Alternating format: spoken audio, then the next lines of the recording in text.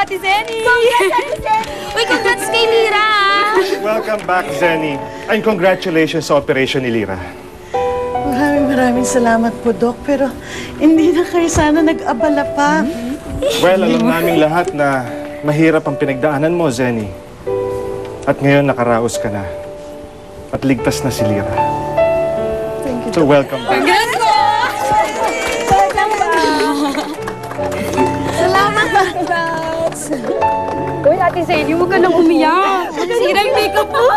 Ano ba? Hindi na rin nagbabago. Salamat ha. Salamat sa inyo ha. Group-hug.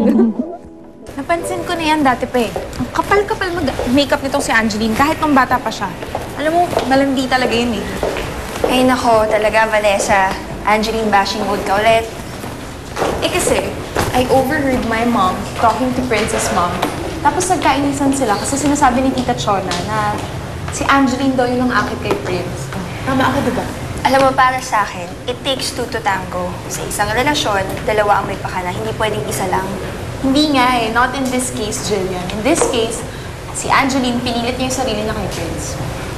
Look, Vanessa. 16 pa lang si Angeline, pero kapag gusto niya ang isang bagay, alam niya na kailangan sunggaban. Eh, gusto niya si Prince, kaya she went for him. Eh, ikaw, anong ginagawa mo? Bakit? Ginagawan ko naman ng paraan ah. Well, apparently, not enough.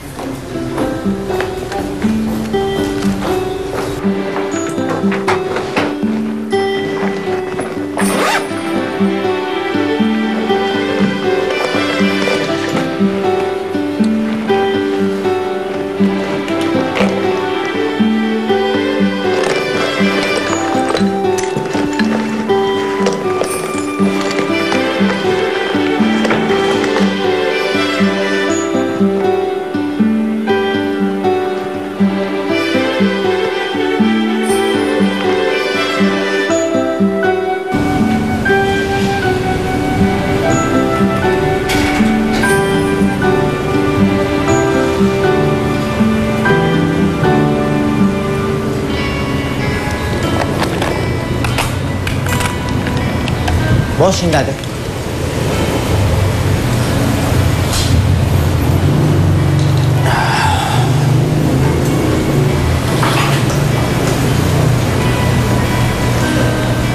Salamat.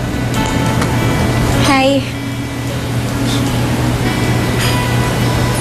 Saang circus ka nang galing?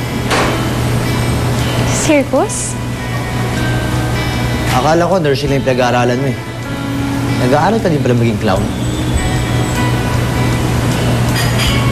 Alam mo, dapat next time, mas kapalan mo pa yung lipstick mo. Tapos lagyan mo ng 2 bilog sa pisngi mo, dito. Yun, panalo yun.